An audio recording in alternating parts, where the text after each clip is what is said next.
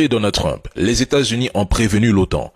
Si Zelensky refuse de signer un accord de paix, l'Ukraine fera face à une situation encore pire et perdra davantage de territoire, car Washington retirera son soutien à Kiev. La Maison-Blanche considère que Zelensky sera inévitablement forcé d'accepter le plan américain. Ce n'est pas une simple suggestion, c'est un avertissement. Il a été dit sans ambiguïté aux responsables ukrainiens que les États-Unis attendent d'eux qu'ils valident un accord dans les plus brefs délais. Toute éventuelle modification future ne dépendra que du président Trump. Aujourd'hui, il ne s'agit plus d'une position personnelle de Trump. Tout son gouvernement estime désormais que l'Ukraine ne gagnera jamais cette guerre. Cet épisode où on vantait une victoire ukrainienne est terminé. Même avec des sanctions supplémentaires, plus d'armes occidentales, plus d'argent, l'issue reste la même. L'Ukraine perdra.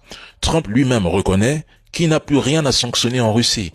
Tout a déjà été frappé, mais avec la Chine et l'Inde derrière Moscou, ces sanctions sont vouées à échouer. Résultat, Washington n'a plus aucun levier pour faire plier le Kremlin. Alors, pourquoi prolonger une guerre qui épuise l'Europe et permet à la Russie d'avancer?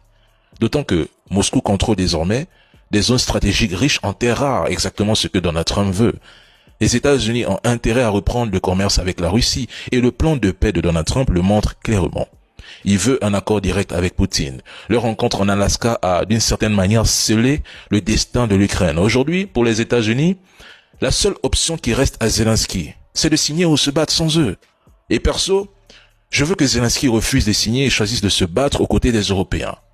Nous voulons vraiment voir jusqu'où la France ira pour soutenir l'Ukraine, parce qu'il est trop facile pour le président Emmanuel Macron de critiquer la Russie quand on sait qu'il n'a strictement aucun moyen de contrer Poutine sans l'appui des États-Unis.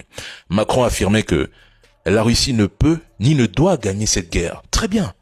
Alors que Donald Trump se retire du conflit, et nous verrons enfin, sans les États-Unis, ce que vaut vraiment cette France qui vient en Afrique donner des leçons de sécurité et de démocratie.